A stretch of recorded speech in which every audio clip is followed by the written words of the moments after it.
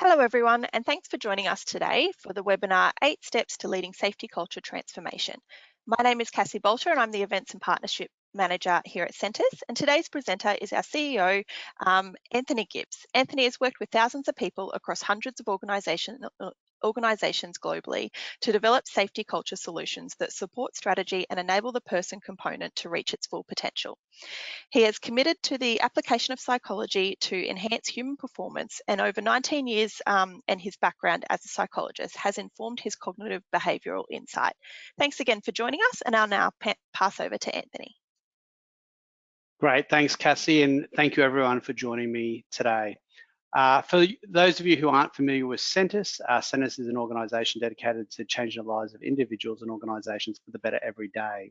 We do that through the application of psychology and neuroscience to improve safety leadership capabilities, team engagement with safety, and overall safety culture transformation. So this particular area of focus for us, the 8 steps to leading safety culture transformation, is an area where personally I've spent the last 15 years playing, and the organisation has been spending a lot of time partnering with organisations across the globe.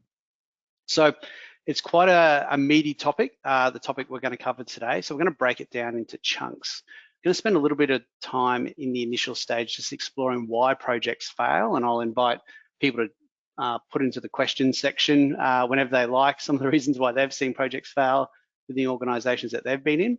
We want to understand what high-performing organisations focus on in order to achieve that change. We want to look at 8 steps to effective change. We're going to walk you through the Cotter model that's been adapted to the Centres process, and we're going to talk a little bit about where to start.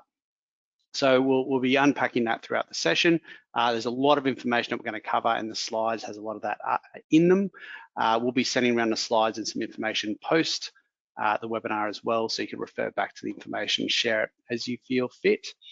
As I mentioned earlier, feel free to put questions into the questions section whenever you like. I'll be checking on them periodically through the webinar. So to kick things off, a bit of a reflection question. What happens if we don't get safety culture right?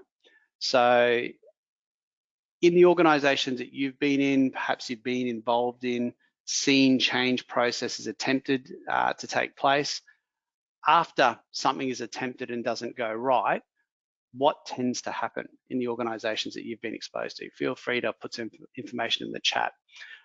The reason we want to talk about this is the challenge with changing culture is if you're not deliberate in developing the culture you want, you get whatever culture you get. So culture needs to be something that is designed and strategically looked after. Otherwise, you end up getting whatever you get. And in our experience, every time that you attempt to change culture and you don't go through the steps effectively and it doesn't stick, it has a range of different impacts on organisations. We tend to find that credibility is impacted, so future initiatives are more difficult to get over the line.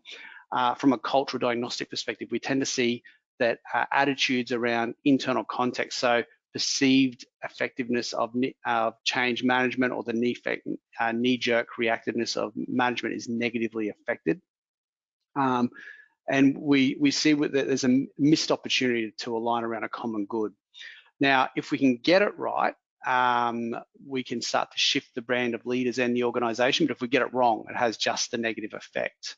So getting these change projects right the first time is really important. However, it's not always as easy as doing that. And there's some reasons why getting these change projects right the first time is so tricky. Now, one of the key reasons that we see these change projects being so tricky is that when we work with organizations, we tend to see organizations are wanting to create a shift in their base culture. So for those of you who aren't aware of our culture model, I'll put it up on the screen and explain it really quickly. So this is a Centres safety culture model. And when organizations partner with us, they typically want to shift from the left-hand side to the right-hand side. Now, on the left-hand side, you typically see a culture of people avoiding responsibility, complaining, being problem-focused. And on the right-hand side, we tend to see a greater level of ownership, responsibility, accountability, and solution-focused behaviors. Now, if you have a red zone culture, by fact, well, one of the key drivers of that culture is that avoidance of ownership and accountability. It is that complaining and lack of taking ownership and responsibility. And when we're deploying a culture change project, we're actually asking people to shift deliberately against that culture into that ownership culture space. And once we start to see organizations get into that ownership culture space, things get a bit easier. But because a lot of organizations start on that left-hand side, there's organizational pushback right from the get-go. This is amplified by what we know about the brain, and that is that our brain is constantly bombarded with millions of bits of information. And that information floods in through our five senses and is categorized based on what we would call the DIPI criteria. So DIPI stands for dangerous, important, pleasurable, and interesting. What this model says is that information that is dangerous, important, pleasurable, and interesting is attended to by our brains. And if the information falls into the dangerous and interesting space, it is often perceived as a threat. Now, unfortunately, change, doing things different, new information are often seen as uncomfortable and is automatically deemed as a threat. So you're pushing very hard against an existing culture where unhelpful attitudes and behaviors are reinforced, and you're also pushing to a certain extent against human nature to resist change. And what this leads to is organizations often running headfirst into these change projects and things not going quite to plan. Now, some of the things that we've seen historically in the organizations that we've worked with that have killed change projects in their tracks is some of the items that we've got listed on the screen. Again, you can feel free to add to this list if there's something you feel that I've missed. So just to go through these really quickly, we see often a failure to align the project with the organizational strategy. So there'll be a desire to create a safety culture shift or safety culture change, and in these instances, it's often driven by a pain motivator, or increased TRIFA results, or unwanted attention from the regulator, or some sort of negative outcome, and the focus becomes on solving that problem and taking that pain away. And what happens is we forget to align that safety culture strategy with the organizational strategy. We forget to talk about how does achieving this safety culture outcome actually enable us to perform better as a business. And this in itself creates a push and pull effect later on down the line, as we're going to talk about. This also feeds into the perception of safety as a cost. If safety is just about taking away pain or solving a particular problem, over time, if that pain goes away, safety becomes perceived as a cost. And then that impacts on momentum when budgets come around, or leaders are asked to put in more time and more effort. We often see in these instances there's a rush to action. So in the desire to get something fixed or change something or do something differently, we just go straight into do mode, and we haven't prepped the organization, we haven't prepped our leaders, and we wonder why we get a bunch of resistance. This again feeds into, in that process of rushing, not engaging with key stakeholders, and we're going to talk a bit about that, not painting a clear roadmap and vision for change. And these issues are amplified by the fact that organizations have change. So let's imagine might have one key driver of the business. They're pulling the thing along by its teeth through sheer personal influence. If that person moves on, we often then find that the project falls over. The other challenges that we see come up is, an impatience with the speed of change and a shift in priorities. So we might be, say, 12 months down the track, and unless we're being deliberate in measuring and tracking that cultural change, it can be difficult to feel. So if we're not constantly reporting on wins and showing the wins that we've had, there'll be a sense of a lack of change, and then that impatience kicks into place. And in amongst all that, a shift in priorities. So, if we haven't set up that framework right, the safety pain goes away, there's a whole new problem to solve for an organization, and this particular initiative drops off the back of a truck. So they're the typical challenges that we see organizations facing. Now, what do really underperforming organizations focus on versus strongly performing organisations? Well, for that, we're going to dive into a bit of our own research on what it takes to drive a positive safety culture. So in organisations that are less effective in their culture change process, who are down that red side or that left-hand side of that maturity model, we tend to see reported from the organisation that there's a perception that there's a poor quality of safety procedures from the workforce. So this is a perspective that safety and safety procedures are a backside of covering exercise by management. And there, that is amplified by a perceived lack of safety management commitment, amplified again by poor internal context and change management, feeding into low levels of trust, amplifying willingness to report incidents. And overall, employees' experience of safety is perceived as safety is something that's done to me. They only care when something goes wrong. On the flip side, organisations that are doing this really effectively set up their business for change very differently. The thing that's reported most strongly in these organisations that are able to get to mateship and high levels of safety culture maturity, they're perceived to have very strong safety mission and vision and values that support that. So the North Star has been set. Everyone knows why they're heading there, what's in it for them. And it's supported by management. So management have that North Star and they walk the talk and they have that commitment.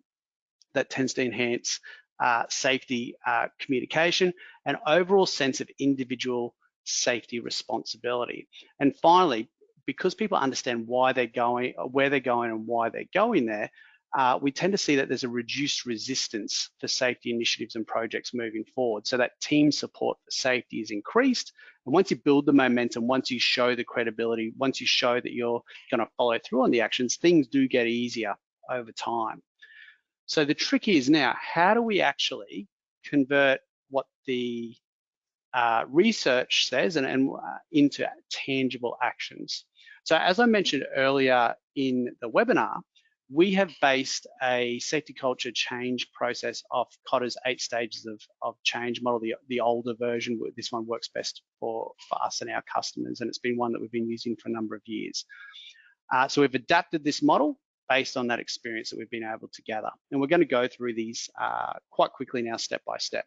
So the 8 stages we're going to cover are creating urgency, building a powerful coalition, creating a vision for change, communicating the vision, empowering broad-based action, creating short-term wins, build on change, and anchor the changes.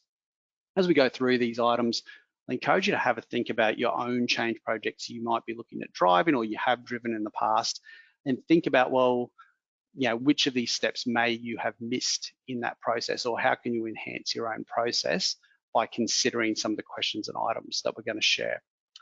So we're going to start with the creation of urgency. So typically urgency is created through crisis or major opportunity. So we want to create a compelling case for change. It needs to be based on data and what motivates individuals. So what I would encourage people to really think about as they were putting this information together is, how do you get the credible data and how do you paint a picture which is going to address the stakeholders that you need to influence most effectively on both a logical and an emotional level. So often where I see safety strategies focus is very much on the moving away from pain focus. You know, if we don't do this thing, we're never going to reduce our lost time injury frequency rate. It's a typical driver. I'm not saying it's the right driver, but it's a typical driver that we see popping up. My encouragement would be, that's fine. You know, I think moving away from pain and painting a picture of you know, what it would look like to move away from that pain and the benefits is great. But what I would really encourage you to think about even more is, what is the gain that we will potentially achieve out of achieving this change? How does achieving this particular strategy feed into our organizational strategy as an enabler, which is going to help the business achieve its overall targets and its overall results? I guess the reason I talk about looking at not only moving away from pain, but also moving towards gain is thinking ahead about how do we keep momentum once you actually maybe start to reduce some of the impact of the current pain that your organization is experiencing. Far too often we've seen the issue get addressed, and then all the steam goes out of the project because it feels like the goal's been achieved. So we create that urgency. Then we want to build a powerful coalition. Now, again, this is really important if you want to have a sustained change process and you want to make sure that you reduce organizational resistance. So what we're looking for in this process is to look at building a team of influential leaders from across the organization that will lead and maintain the change. So I'm talking about beyond safety, beyond HR. I'm talking about leaders from operations and from safety and from HR that are going to give us a representation from across the business and help us remove obstacles from across the business. Not only remove obstacles, but also understand what's the key concerns and key issues from those different areas and functions of the business so that we can address them effectively and deliberately throughout the process of change. What we also want to do through this process of getting this powerful coalition together is we actually want to build a meeting rhythm that enables us to maintain focus and remove those roadblocks regularly. It's no point having a powerful coalition if they don't meet. So actually allocating time, agreeing on time, getting commitment from that group, and alignment as to how they're going to behave as part of that guiding coalition becomes super important if we want to get that long-term change happening. Once we've got that team of influencers together, the opportunity here is to create a strong vision for change as per our research. So think about when you're creating this vision, what are you trying to achieve, why you're trying to achieve it, and how you're going to go about achieving that change, and practically what are the steps that we're going to put into place to drive that change. I really encourage people in this process to document that change process. And we've got a tool that we typically use with organizations that we've found has worked incredibly well. It works well to keep the steering committee or the guiding coalition on track, but also works well to help to guide communications to the rest of the business, celebrate successes, wins, and make sure that everyone is aligned to what we're trying to achieve as a business. And the document that we'd encourage you to think about using is up on the screen right now. So I'll walk you through this really quickly. And what it actually feeds really nicely into is the slide here that talks about how we communicate the vision. Because if we map out this document effectively and we address the boxes that we've outlined, it enables us to paint this picture for change that makes the change more realistic, more tangible, makes it feel like you can actually see how it's going to happen, not just something that's aspirational and people don't feel that they can actually buy into. So what have we got up on the screen? We've got up on the screen a number of boxes that are going to help us to shape up what we're trying to achieve. Firstly, we'd encourage you to think about what is the vision for change? What's your overall vision for safety within the business? How do we want people to feel? Why do we want them to feel that way? What will success look like? We want you to identify in the process what's working well within the organization. So a strengths-based approach is also always really great. And what that enables us to do is to make people feel like not everything is going to change. You know, not everything that we've done in the past is bad or wrong. It's a different tone. It's saying, well, we're already doing these things right. We want to build on those strengths by addressing the current opportunities that you can see up on the screen. You know, when we've achieved, when we've got those current opportunities identified, we'll paint a bit of a picture about, well, what is the change going to look like? And then we can start to map the strategic priorities in the how section down below. So what you'll see there is 5 strategic priorities. We would go no more than that at any one time. And in fact, the busier the organization, I'd say the less strategic priorities you want to achieve.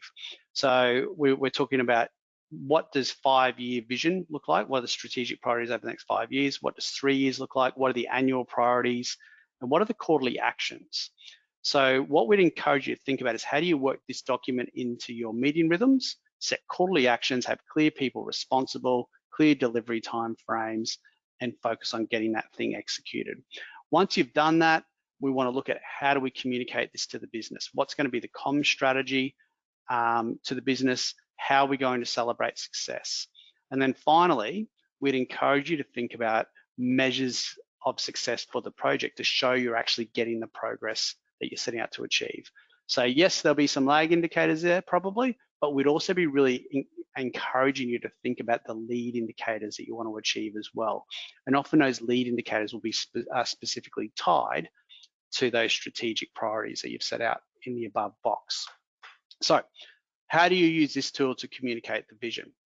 So effectively, when we're communicating the vision, we want to speak to not only the what we're going to do, but how we're going to get it done and why it matters to the business. So as you communicate the vision,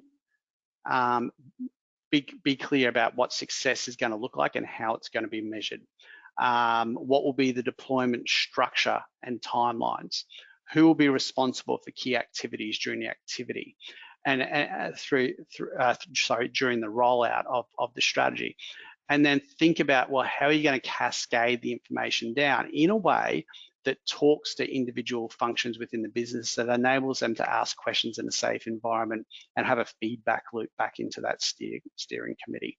So that document that we shared earlier is a living document. It should be reviewed on a quarterly, if not a monthly basis. It should be updated, progress updates should be provided.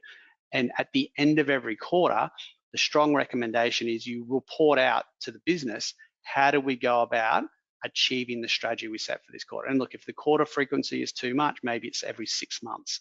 But actually talking to the business and saying, you told us this is the data that we had, this is what we said we were going to do about it, and this is what we actually did. And these are the results that we saw for the business. Because far too often what we see in working with organizations is they're doing a lot of really good things, but because the cultural change process is so slow, there can be a sense of people don't necessarily pick up on it. They know stuff perhaps feels different and they're experiencing things differently, but unless we hold up in lights to say, well, you're experiencing things differently, things are different because of the work that we've done, then people will sometimes not consciously register with that information. So once we've cascaded the vision, what we want to do is we want to look at how do we empower broad-based action.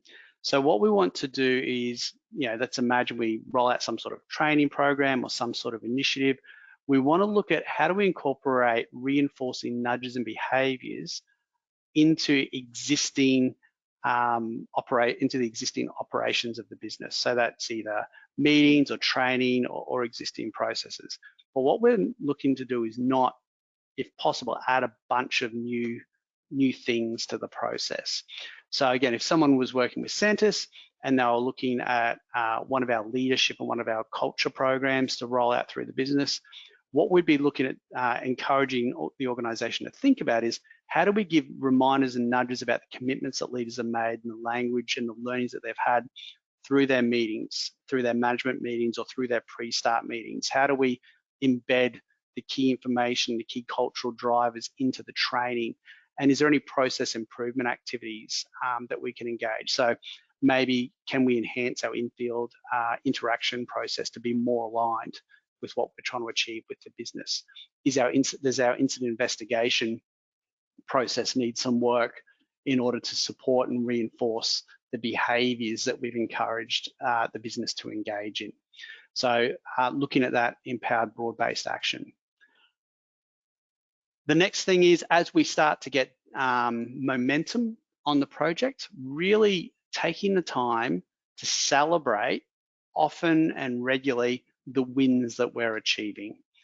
So it might be the completion of tasks. It might be that we run a pulse survey and we get some increased positive results. Maybe we're starting to see lead indicators trend in the right direction. Or finally, it could even be something as simple as employee or leader testimonials. So it could be saying, a leader saying, I had this experience, I learned this thing, I applied it in my workforce, and this is the different result that I got. Or it could be a team member saying something along the same lines. Those testimonials are just as powerful often as having that other sort of more hard data, which organizations will promote. So capture those testimonials, talk about them. If you are doing some sort of training rollout or some sort of cultural implementation, use the early adopters in that process to give you testimonials so that you're prepping people for what to expect in the training and handing them positive frames about what they're to experience. Readiness for training is one of the most significant drivers of training transfer. So training transfer relates to people's ability to go through training and apply what they've learned in the field. So we've had some short-term wins. Now what we want to do is we want to build on that change. As I say, success brings success. So recognize the wins, but don't call victory. So we recognize the wins and we say, what we want to do is we want to build on those wins. So the next thing we're going to focus on is this, or the next thing we're going to focus on this. So it might be once you've got the critical mass shift within the organization, maybe you'll start to look at, well, how do we make sure that the new people we bring on are aligned to the type of culture that we want? So you might look at your hiring practices. You might look at your reward and recognition processes within the organizations. You might look at the leaders that you think are role modeling behaviors most significantly and look at them for promotion. So we're looking at how do we continue to maintain that momentum and add the little 1, 2, 3%ers month after month, year after year to continue to reinforce that change.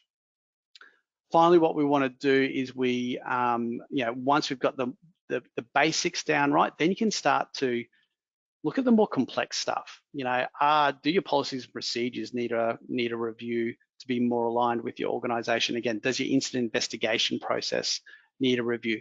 Do you need to shift your focus into better categorization of your serious injury and fatality information? Do you need to have a frontline leader specific development program that enhances their ability to influence the front line?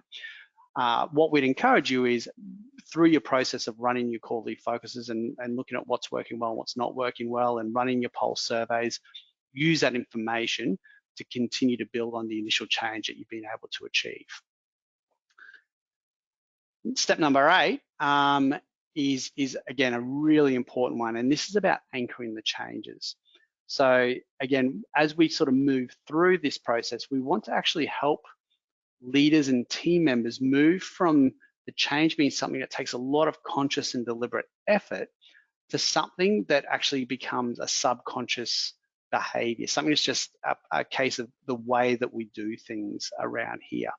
So this would be a focus on reinforcing that strong leadership and that effective management process around here. So again, my encouragement to organizations is to focus on things where you can encourage leaders and team members to apply what they've learned to practical scenarios that they are required to engage with on a daily basis. So again, things like pre-start meetings work really well. So we would typically encourage organizations to think about enhancing their deployment board or putting a deployment board process in place if they don't have one, and having a structured question set that supports that. A structured question set that might cover things like what worked well yesterday, what were our key learnings, what were our key opportunities, what's important now for today, what are the potential gorillas or unseen hazards that could come out in this particular scope of work, structuring processes so that you're forming a habit that supports people in behaviors that we want to see. So again, this is reinforcing some of what I just spoke about here. So what we want to really encourage is how does the vision and related behaviors cascade into things like your performance metrics? So we'd be really encouraging organizations from the board down to be looking at a different data set if they're focusing on lag indicators. So we'd be encouraging organizations to think about focusing on the lead indicators, or instead of the absence of harm, in fact, what are some of the metrics that show a presence of safety? And that could be anything from critical control verifications, through to leadership interactions, through to culture survey data, through to near-miss reporting, anything that shows positive input into the organization, and really digging into that data to see what it means is what we would encourage you to think about. Embedding the language and the information within team and leader performance plans. So really encouraging teams and leaders not only to think about what they're trying to achieve, but how they're trying to achieve it in line with the information. Reward and recognition systems, again, focusing on lead indicators as opposed to lag indicators. So we want to encourage people to focus on what they can do to control safety, as opposed to just the absence of harm. Unfortunately, if we focus on that absence of harm, it can drive unhelpful behaviours like reductions in reporting behaviours and covering up of incidents. So we really want to focus on rewarding and recognising the behaviours that can show that presence of safety as much as possible. I mentioned earlier about enhancing the processes around pre-starts and in-field interactions. And also encourage you to think about things like contractor management. Have you engaged your contractors in an effective way to align them with your cultural frames and vision? Have you set up a contract that supports them to join you in that cultural change process and engage in the positive behaviours? Have you set up a culture that enables trust, where they can report, talk to you about challenges and opportunities, and how the interactions between the two businesses are working together? So we've covered a lot in a relatively short amount of time. So I'm going to encourage people to start thinking about any questions that they might have in a moment. But just before we do that, a couple of key takeaways I encourage you to have a think about. The first one is cultural change requires careful planning and consideration. So I'm going to really encourage you to, if you've got a really strong organizational urgency, just to jump into action mode. Make sure that you have considered the steps of this process in that change. If you skip one of them, you might get some short-term results, but the challenge will be you increase the likelihood of the project dropping off after a period of time. So making sure that you are deliberate, you have attention to detail, and you're working through those steps is really important. Again, cutting those steps, it means a more likely requirement. An increased likelihood that you're going to need to do rework, or you're going to lose momentum. So we really encourage organisations to go slow to go fast. So by doing that planning work, it might feel like at the start it's slow to get going. It feels like that snail image up on the screen. But if you get the prep work right, then you'll find that the organisations accept that information more effectively. An example would be consultation with your workforce. So when we do a cultural diagnostic with an organisation, we often do a survey, but we often run a series of focus groups, and we talk about why we're collecting the information in those focus groups, what the leaders are trying to achieve, and how this information is going to play into that result. Organisations that we find communicate and collaborate early on with their workforce, talk to them about transparently about the issues they're trying to address and why they're trying to address them, and their role in playing those, their role in helping the organisation address those issues, tend to get a greater buy-in quicker of the change initiatives that are rolled out. And as I said, my encouragement would be practically take time to map out the steps. Nearly use this slide deck as a checklist or a set of guides that you can work through to ensure that you're covering off all the key steps in the process, and you're maximising your chance for positive change. So folks, that is some guiding principles in half an hour for you to consider in your own cultural change process. I'm going to open up the chat now, or if you click on the questions component of the drop-down box, you can type in any questions that you may have. And we've already had a couple come through, but while I'm giving people the opportunity to type those questions into the questions box, I'm just going to share with any of you who are looking to drive change within their organisation a bit of an opportunity we've got for you to join us. So on the screen here, you can see we're running a Safety Leadership Masterclass on becoming a safety culture change agent. So this is a 12-week online course that has a series of course videos, webinars, live Q&As with a series of culture change experts from across our business. You are put into this group with a number of other safety leaders from across a number of other organisations globally. So I think we've currently got representation from probably nearly a dozen different industries from 8 different countries at the moment, and some really excellent people in there that you can share your ideas and thoughts with. So the idea is we'll walk you through the process that I've walked you through today and more in a much more deliberate fashion.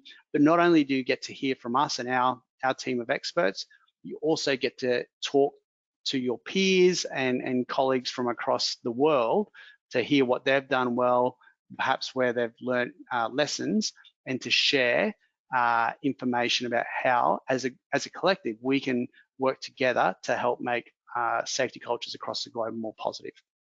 So we do encourage you to join us on that. If you are interested in registering for that masterclass, and you'd like one of our team to get in contact, we'll put a poll up on the screen now. You simply need to click yes, and one of our team will reach out to you to talk to you about what membership or joining that group could look. Excellent, thanks, Cassie.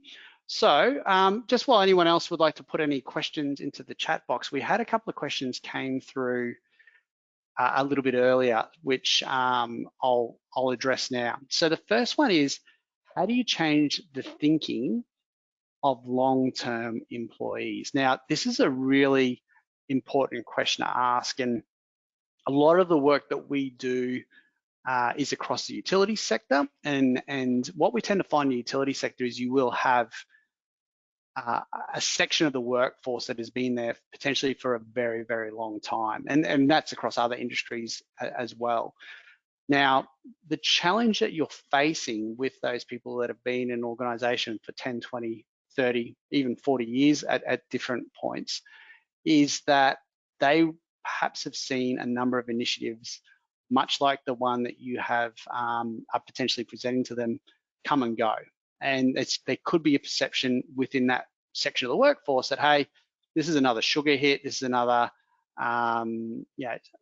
leader or safety leader trying to make their mark. All we need to do is bunker down, bury our heads in the sand. If we wait long enough, then this too will pass and we can move on with our lives. So if you are getting faced with that sort of resistance, or you think there may be some of those attitudes or some of those frames out there in the workforce, what we would encourage you to do is to actually take on that section of your workforce head on, engage with them, have conversations, understand their perspective and their viewpoint, get information from them about, in the past when we've tried to achieve things like this, what's worked well and what hasn't worked well. And that's a daunting conversation to have, I know, and some of the responses you are going to get perhaps won't be particularly helpful, but you will also get some nuggets of gold in that process, and you can consider that in your planning process.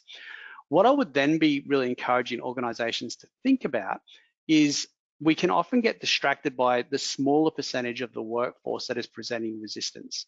Instead, bolster up the percentage of the workforce that is doing things the way in a way that is in line with our vision, which is in line with what we're trying to achieve. Reward and recognize that, focus on the strengths, and back the momentum of the change to create a catalyst within the organization. What we tend to find is when you've got an organization that's predominantly red zone, as we shared before, that's the easiest place to be. But if we create critical mass to green, it becomes much more difficult for people to stay in the red, because people start to self-manage. So focus on getting critical mass, and then you'll also get those other employees across. And for those who don't come across, you'll either have to manage them in the way that is appropriate for the behavior, or many of them will also vote with their feet. The second question we had coming through is, how do we get the senior management team on board? And that's a really great question. And this is, I think, if we go back to some of the earlier information that we shared. I just saw a question pop up, Cassie. I might get you to read that out to me next, if you don't mind. If we go back to the earlier information we shared, I think it's about not only, again, moving away from a particular challenge that a business may be experiencing with safety, but consulting with different functions of the management team to see how this particular strategy or how safety impacts on their ability to achieve the strategy within the business.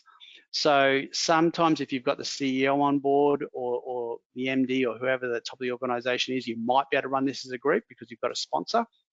If you've got a more fragmented management team, This is where an example of going slow to go fast is important. Meeting with each stakeholder individually, understanding their needs, understanding their drivers, understanding what's important to them to ensure that you're canvassing the full organization's area of focus becomes really important. So my encouragement would be, yeah, speak to them, understand what matters to them, and then go and get data, which is going to support your business case. And again, some of that might be commercial data, some of it might be cultural data, some of it might be retainment data, some of it, there could be a range of different drivers. So understanding those drivers is important. So Cassie, I saw a question come through. Are you able to share that with the group? Yeah, we've had one come through. It says, step 2 talks about building a team of influential leaders. One of the challenges we often face is breaking the barrier between leaders and the broader workforce. How important is it to also include passionate, influential workers in this team? Yeah, really good call out, and thank you for the nudge. So again, depending on your organizational dynamics, we've seen the makeup of this of that influential team look like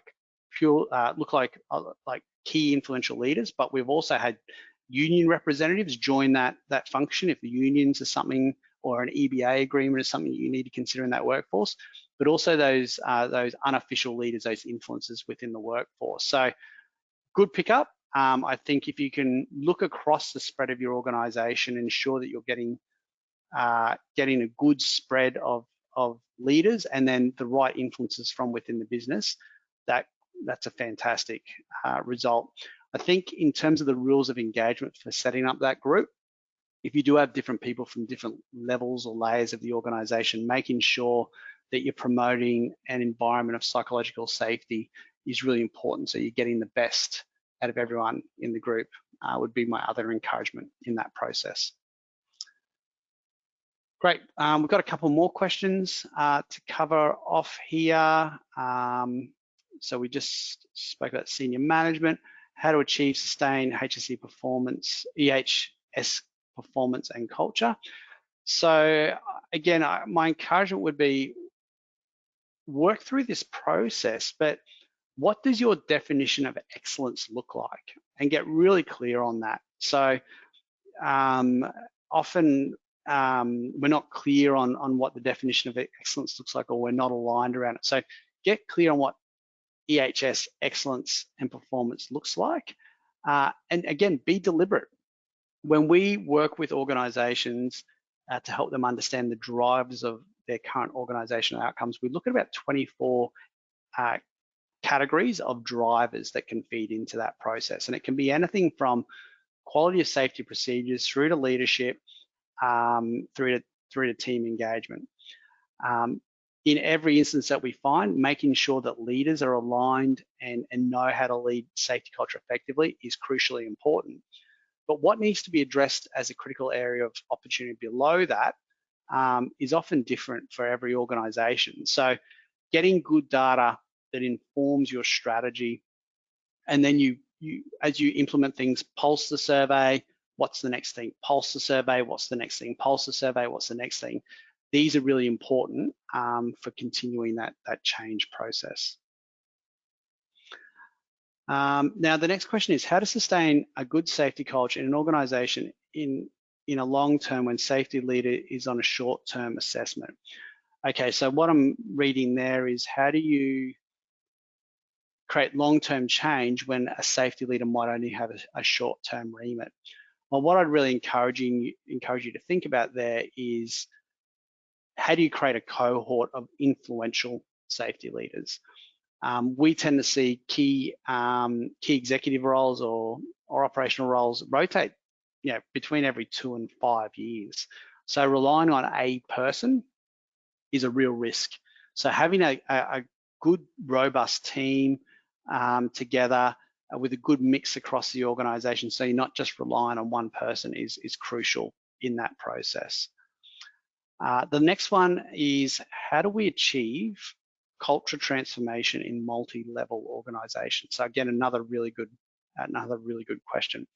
So in the organizations that we've worked with, it's important that those different levels of the organizations, or those different functional parts of the business, have their specific needs addressed. Now, there may be challenges that straddle the entire organization that we can hit from an organizational perspective. But if you've got an organization that, say, has multiple operational sites or multiple functions within that business, the chances are that you have cultures within cultures. And if we fail to engage with the leaders within those other levels of the organization or those different operational functions, they may not feel like their specific needs and requirements are getting met. So the encouragement would be, from a corporate perspective, if this is the way the organization works, get clear on what the corporate function, what the organization as a whole is going to do to commit to the change. But then take some time to consult with those different operational sites, those different levels of the organizations, give them some autonomy. If there's something required from that corporate level for them to commit to, maybe give them some autonomy as to how they go about executing on those particular objectives, but also give them an opportunity to perhaps build out their own plan on a page. And certainly where we've seen this work well is we'll have a corporate plan on a page for an organization. We may have different operational sites that have their own specific strategies and their own steering committee teams and their own process. And they will often have a sponsor that will then roll up to that overarching steercom so they can talk about what they're doing on their sites, and there's some alignment at that corporate level. So thinking about not trying to do a full top-down approach, but giving the appropriate amount of consultation, control, and influence at those different levels, although it might feel slower, is going to create an increased sense of ownership at those different levels and help you with your long-term change. So Cassie, any other questions that have come through so far? No, I think that was the last question. Excellent. Well, folks, thank you for joining me for this webinar on the 8 Steps to Safety Culture Transformation. I'd encourage you to download the deck when you sent the slides and take some time to consider this for your own process. And I'd also encourage you, if you've got the time and the bandwidth, to send you or one of your team members along to join our community.